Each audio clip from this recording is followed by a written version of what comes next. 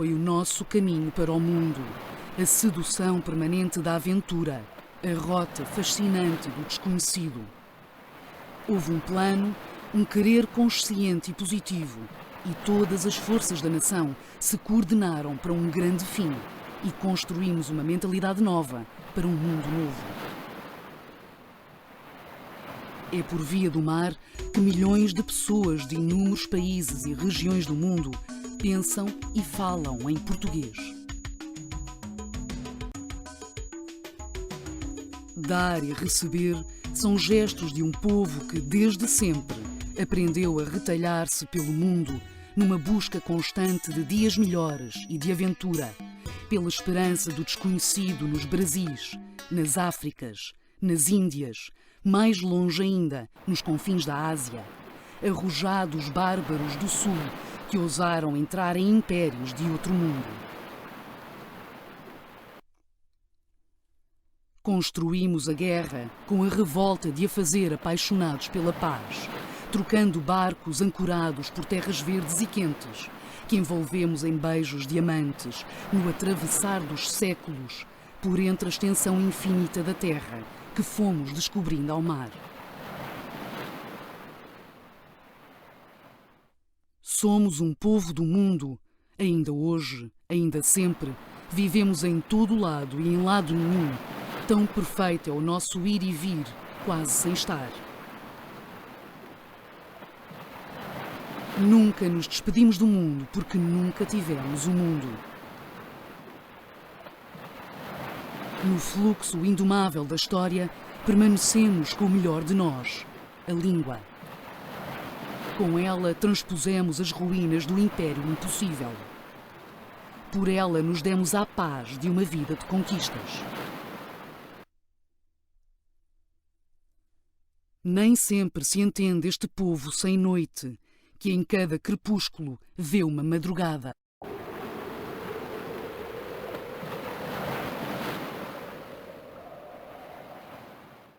Seja bem-vindo a mais um Marca Portugal. Desta vez, o nosso convidado é Alexandre Real, fundador e sócio da empresa Sfori, uma empresa que se dedica à formação e também à promoção pessoal dos profissionais e também da reputação das empresas.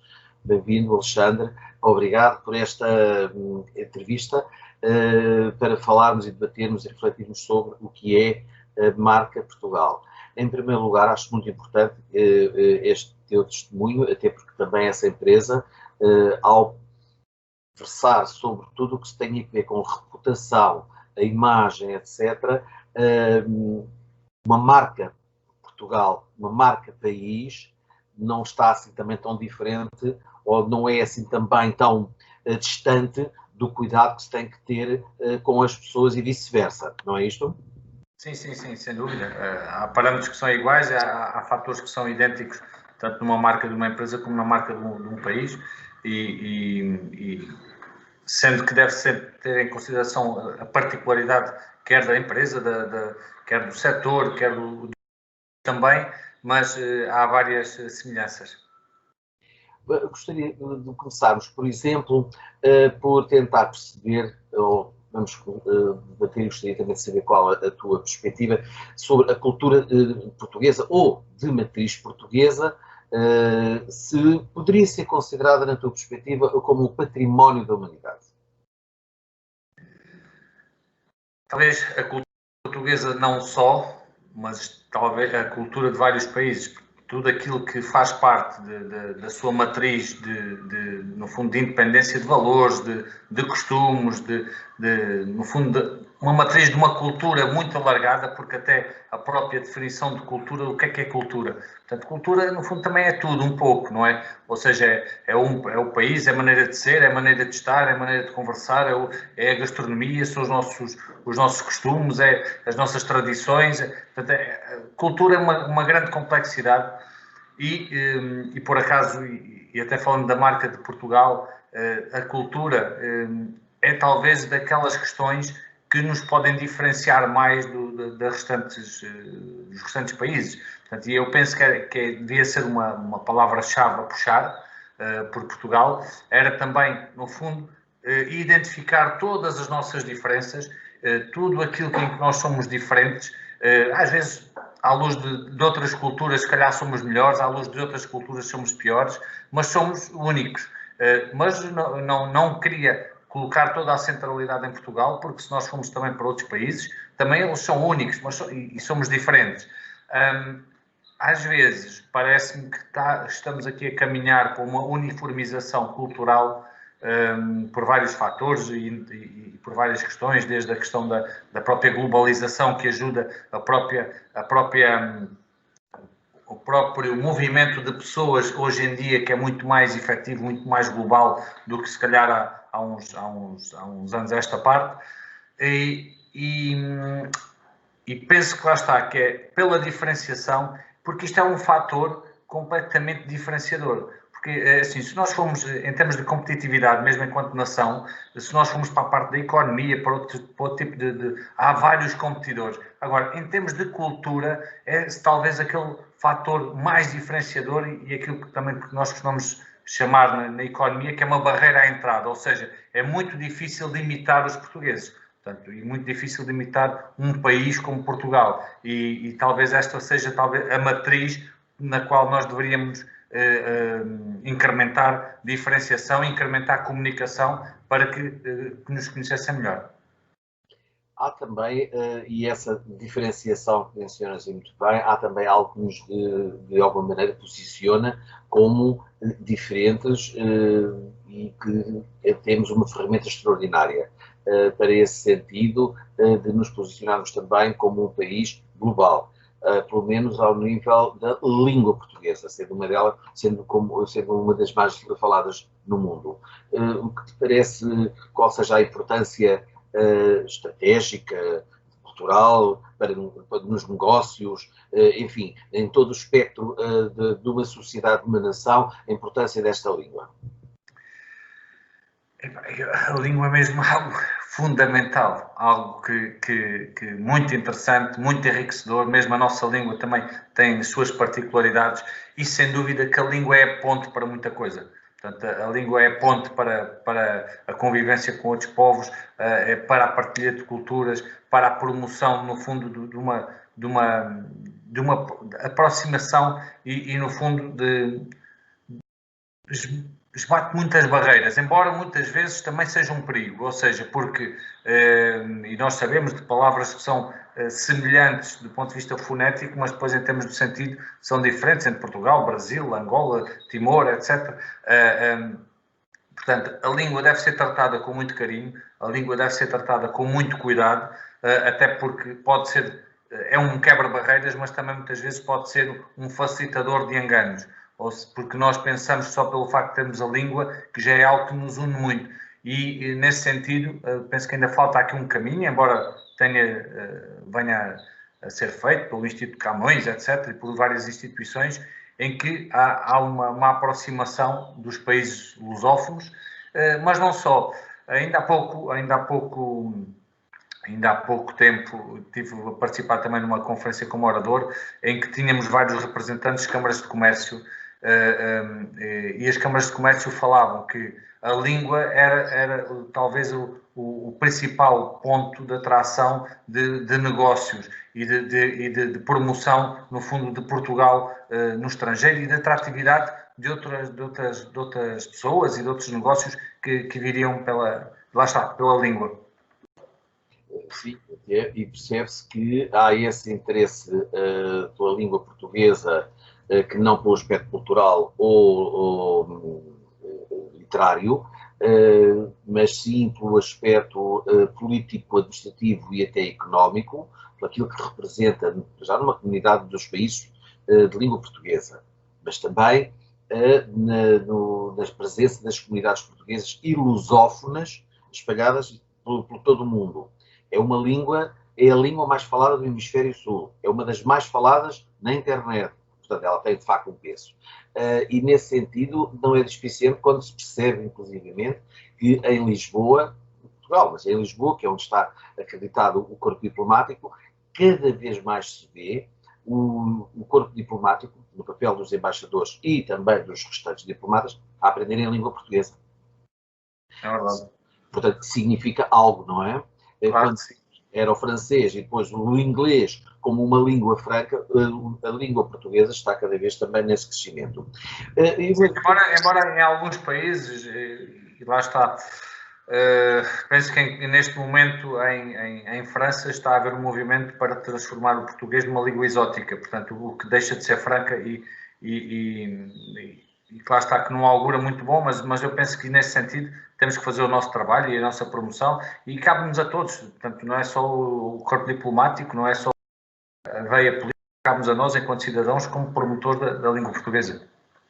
Bom, em França, ainda por cima, trata-se de um país de acolhimento de uma das maiores comunidades portuguesas residentes no mundo, de tal maneira que essa presença é tão significativa e que os próprios lusodescendentes, que é uma franja muito pouco conhecida e não está contabilizada no mundo, é de tal maneira bem integrada que existe, por exemplo, uma associação, aqui várias vezes mencionada, uma associação dos ex-autarcas em França. Portanto, significa alguma coisa. Temos que, de facto, fazer esse trabalho. Relativamente à reputação, que é algo que a tua empresa, a Sfori, trabalha também com as pessoas, e aqui também é importante, porque Portugal, além de toda uma história que tem, o país que promoveu a primeira globalização, que tem uma língua que já foi franca, inclusivamente no Oceano Índico. Neste momento está também em crescimento. Aliás, o Observatório da Língua Portuguesa, bem como a Unesco, a ONU e tudo mais, prevêem um crescimento muito acentuado em África, da língua portuguesa até 2050. Mas também há outro fator muito importante, o património humano. E é esta a reputação também dos portugueses, que também são uma imagem, ou seja, são quase como os embaixadores também da marca Portugal. O que ocorre sobre isto? Uma vez que é a tua área de Sim, se nós analisarmos transversalmente por vários setores, desde as Forças Armadas à parte da economia, à parte da cultura, à parte da política até, com altos cargos que nos últimos anos os portugueses têm ocupado, parece-nos que o português realmente tem aqui uma faceta muito interessante. Que muitas vezes não se valoriza, que não se promove devidamente e que não é... Mas quem nos conhece, quem vai tendo contacto connosco, vai aprimorando a opinião acerca dos portugueses e o que nós devíamos aqui também, no fundo, também apostar era na quebra do estereótipo do que é o português. Portanto, porque havia um português e depois vão criando estereótipos acerca do português e o português muitas vezes não é aquilo que os povos pensam, que os outros povos pensam. E curioso e muito interessante João Miquel, é nós analisarmos quando os estrangeiros vêm a Portugal, a forma como eles se sentem cá. E muitos deles depois até ficam cá. E muitos deles depois promovem negócios cá. Muitos deles querem passar a sua reforma cá, que é o melhor momento da vida deles, do ponto de vista já de final de vida, que já tem pouco tempo de vida. Portanto, se eles querem ficar cá é porque nós realmente somos muito bons e que os recebemos muito bem. E essa questão que tem vindo a fazer-se, mas eu penso que nos últimos anos nós temos vindo a subir de graus, pequenos degraus, mas temos vindo a subir degraus nessa questão da reputação e na questão da promoção do que é ser português. Quando mencionaste nesse estereótipo do que é ser português no estrangeiro, referiste seguramente àquelas vagas de imigrantes dos anos 50, 60, particularmente para a França, a Alemanha, Luxemburgo, mas também para a Venezuela e para os Estados Unidos, etc. Parece que estas novas vagas, ou pelo menos esta nova imigração de portugueses para o estrangeiro é a mesma coisa, tem o mesmo reconhecimento, ou já é completamente diferente? Não, já estamos a falar de outro tipo de imigração portuguesa, portanto, já temos aqui uma imigração muito qualificada, portanto, e que vai estudando no estrangeiro. Algumas delas depois também ficam fascinadas, porque essa questão também é uma característica portuguesa, que nós gostamos de descobrir e depois gostamos até também de ficar em alguns dos outros países, porque nós temos uma grande capacidade de adaptação. Portanto, e essa talvez seja aquela grande característica que eu considero que o português tem, é que é um povo muito adaptativo. Portanto, nós adaptamos-nos mais e com tudo o que tem de positivo e negativo, porque a adaptabilidade é muito positiva porque somos versáteis e somos flexíveis, mas depois também muitas vezes pode-nos promover uma certa, como é que eu hei de dizer, uma certa elasticidade tão grande que podemos não ser considerados nesse mesmo sentido, ou seja, porque aceitamos muita coisa, porque ultrapassamos muita coisa e também há esse reverso negativo da questão da adaptabilidade. A reputação, a notoriedade, o reconhecimento perante outros, de culturas diferentes, nações diferentes, tradições diferentes, enfim, além do país e das pessoas, mas também há aqui um fator que importa também observar e até refletir, que são as marcas e as empresas, porque também são um reflexo das pessoas que as integram e também da cultura do seu próprio país. Qual que parece que seja esta percepção externa perante as marcas e as empresas portuguesas cá dentro e as marcas e as empresas portuguesas lá fora? Faz sentido esta pergunta relativamente ao posicionamento destas duas situações, dentro e fora, porque poderão ou não ter os mesmos comportamentos? Vamos lá ver. As marcas portuguesas, pós-portuguesas, há sempre um lado afetivo e emocional de ligação natural às marcas portuguesas. Portanto, e isso faz com que nós, muitas vezes, olhemos para elas com um certo emoção, não nos ajuda, talvez, a ser completamente neutros na nossa análise. Mas isto acontece com todos os países, portanto, isto não é uma questão portuguesa. Qualquer país gosta das suas próprias marcas, gosta de promover as suas marcas, gosta de valorizar as suas marcas. Portugal, a esta parte, parece-me que tem vindo a sofrer de uma questão que eu também, sinceramente, eu não sei como é que podemos resolvê-la, a não ser também ao longo de alguma extensão, que é, nós falta-nos dimensão. Portanto, Portugal é um país com pouca dimensão do ponto de vista também, até humano. Portanto, se compararmos com o Brasil, que são 240 milhões, nós somos 10 milhões, portanto, nós somos um país, e eu penso que seria por uma análise das nossas marcas, da diferenciação e da alta diferenciação que nós deveríamos apostar e que deveríamos investir. Porque mesmo algumas marcas que têm raízes portuguesas e que agora são unicórnios, muitas vezes depois tornam-se unicórnios porque têm financiamento estrangeiro. Portanto, não é porque nós temos capacidade de alavancagem deste tipo de empresas. E hoje em dia o mercado global é tão competitivo que se nós não tivermos essa capacidade de alavancagem interna, muito dificilmente nós conseguimos ultrapassar e passar as marcas portuguesas para o estrangeiro. Portanto, há aí um caminho que eu penso que esta nova geração pode ser curioso assistir a esta nova geração de portugueses que são mais globais, que são mais internacionais, que já estudaram lá fora, que vêm para dentro, que andam nos programas Erasmus, que trazem outras visões do estrangeiro para Portugal e poderemos começar talvez a caminhar aí nesse caminho tal da diferenciação, porque não é pela competitividade, não é pela quantidade que nós vamos conseguir se ingrar enquanto portugueses, sim pela nossa diferença. E eu, quando vejo, por isso é que eu há pouco, e desculpa João Miquel, trazer o tema da cultura mais uma vez, porque para mim a cultura é aquilo que nos diferencia efetivamente. Portanto, quando eu vejo tentativas de uniformização e da nossa cultura, de acabar com determinadas tradições em Portugal, por outras questões laterais, eu sinto-me triste, porque eu penso que estamos a acabar com a nossa identidade. Portanto, e quando nós somos iguais aos outros todos, e quando o país de Portugal for igual em termos de cultura aos outros, nós perdemos aquilo que nos diferencia e aquilo que nos pode alavancar como uma mais-valia. Isso que mencionas é muito importante e é relevante, até porque isso aconteceu em governos anteriores, particularmente e devido às ditas normas vou passar a redundância, de normalização, às regras, às imposições de normalização impostas pela União Europeia, e estamos a falar, já que mencionas a cultura, dos produtos tradicionais, das marcas tradicionais, os produtos de gastronomia, alimentares, enfim, é esta a área, porque é essa que é a diferenciadora. Enquanto que a nós era imposta e cá aceitou-se pura e simplesmente e cometeram-se crimes lesa cultura nacional, outros países não aceitaram pura e simplesmente isso, como era o caso da França, da Inglaterra, etc. Talvez tenha emendado a mão situações que inclusivamente eram absolutamente atentatórias e compreende-se que isso acontecia, que era para não haver uma nova concorrência àqueles produtos que já existiam, como por exemplo os queijos.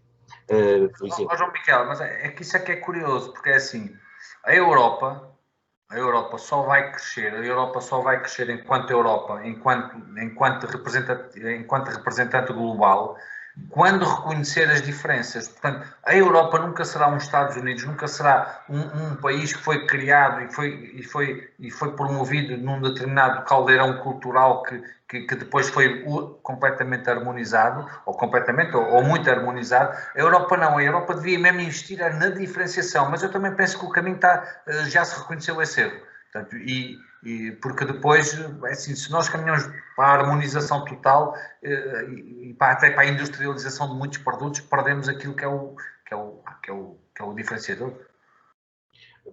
A harmonização é uma coisa, a normalização é outra, não é? São coisas completamente distintas.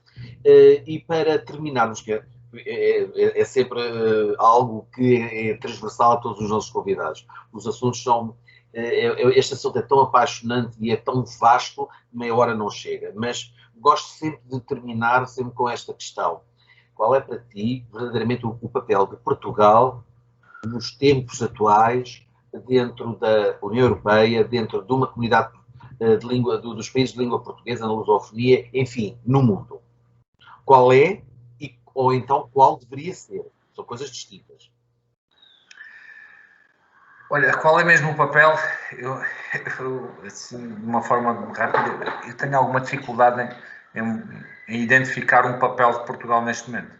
Sinceramente, eu não sei qual é o papel de Portugal na Europa. Neste momento não consigo identificar. Agora, se tu me disseres, mas para onde é que nós deveríamos caminhar, e até fruto de algum reconhecimento até de há poucos anos. Eu penso que nós podemos caminhar por uma via muito da diplomacia, portanto, ou seja, da promoção de Portugal enquanto um país diplomático e diplomático a todos os níveis, até a nível cultural. Portanto, nós aceitamos muito bem as diferenças, nós aceitamos os estrangeiros, nós somos um país que respeita a diferença mesmo dentro do nosso próprio país, dentro daquilo que é o falar com outros povos. Nós temos essa capacidade de promover diálogos, essa capacidade de promover, no fundo, o encontro de vontades, e talvez esse seria para mim o papel de Portugal, e até aproveitando os cargos internacionais que nós temos tido nos últimos tempos, que nos poderiam promover nessa imagem de um país diplomático e um país de pontes. Portanto, um país que seria aqui o trampolim para muitas outras regiões do mundo, e que Portugal poderia ter esse papel fundamental. Alexandre, uma vez mais agradeço a tua disponibilidade para aceitares este nosso convite, para falarmos sobre a marca Portugal e a marca país, enquanto também o que é, como deveria ser, na tua perspectiva, quais são os caminhos para o país, para a nação, para o povo. Agradeço-te. Outras oportunidades e outras discussões haverá seguramente num futuro próximo, em que nós te convidaremos para falarmos sobre estas temáticas tão importantes no Portugal do século XXI, que tem agora os oceanos como a nova, ou pelo menos uma vez mais, um novo ciclo. Alexandre, muito obrigado. Deixa-me só, João Miquel, também agradecer o amável convite, e eu vou acompanhando aqui a matriz portuguesa naquilo que tem sido o seu caminho, e agradecer também, no fundo, a tua dedicação a este projeto, que é muito, engrandece a nossa... isto que nós estávamos aqui a falar. Tu tens sido alguém que tem promovido este tipo de diálogo, este tipo de questões e tens mantido a chama acesa e que é muito importante esta questão da matriz portuguesa, ou seja, como um sistema de valores que nós não queremos ser nem melhores, nem somos nós, portanto, somos portugueses, é que muitas vezes quando nós falamos de ser português parece que estamos a vangloriar perante outros povos, não, somos únicos, portanto, tal como outros povos também são únicos, mas agradecer-te também, além do convite, essa tua energia que tens colocado aqui na matriz portuguesa, que eu penso que beneficia-nos a todos enquanto nação. Muito obrigado. Obrigado. Foi mais uma vez Marca Portugal, desta vez com Alexandre Real, fundador e sócio da Sfori. Até à próxima, cá vos aguardaremos. Obrigado.